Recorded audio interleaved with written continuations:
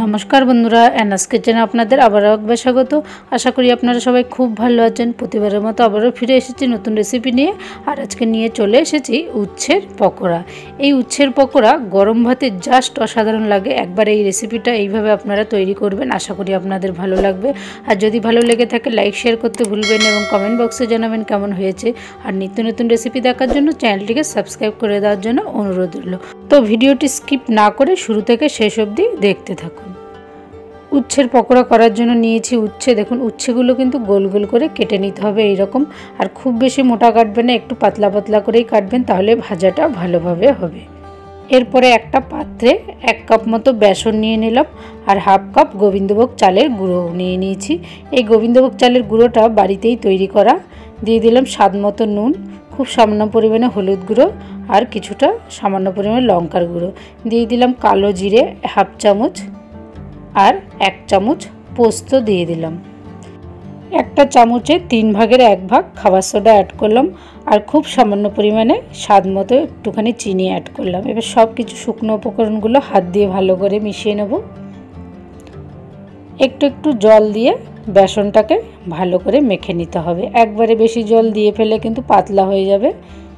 একদম ভালো করে বেসনটাকে ফেটিয়ে নিতে হবে। এই উচ্ছের পকোড়া করতে এখানে চালের গুঁড়োর পরিমাণটা একটু বেশি দেবেন, তাহলে কিন্তু খেতেও ভালো হবে এবং মুচমুচেও হবে। ভালোভাবে মাখা হয়ে গেছে। এইবার এক এক করে উচ্ছেগুলো এই বেসনের মধ্যে দিয়ে দেব। উচ্ছেটা ভালোভাবে বেসনের মধ্যে ডুবিয়ে দেব। এখানে হাতের পরিবর্তে চামচ দিয়ে কিন্তু উচ্ছের পকোড়াটা ভাজতে পারেন। আগে থেকেই তেলটা গরম করতে দিয়েছিলাম, রিফাইন তেল। এবার এক এক করে চামচ দিয়ে এইভাবে ভেজে নেব, তাহলে হাতেও লেগে যাবে না, চামচ দিয়ে কিন্তু সুবিধাও হবে এইভাবে ভাজলে। এই দেখুন কতটা ফুলে উঠেছে। একদিক উল্টে দেব।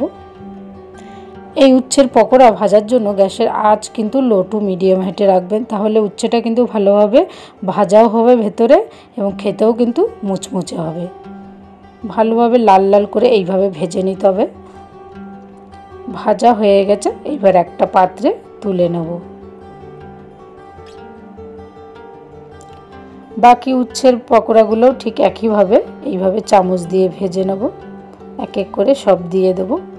এই উচ্ছের পকোড়া কিন্তু গরম ভাতে আপনারা এইভাবে তৈরি করে খাবেন, জাস্ট অসাধারণ লাগে খেতে।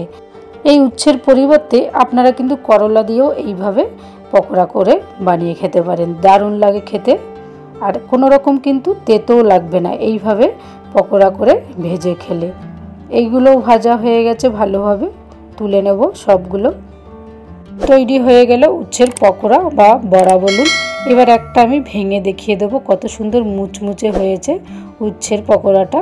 দেখুন, যারা উচ্ছে খেতে পছন্দ করেন না তারা এইভাবে পকোড়া বা বড়া করে খাবেন, দারুণ লাগবে খেতে। কোনো রকম কিন্তু তেতো লাগবে না। এই রেসিপিটা একবার হলেও কিন্তু এইভাবে ট্রাই করবেন।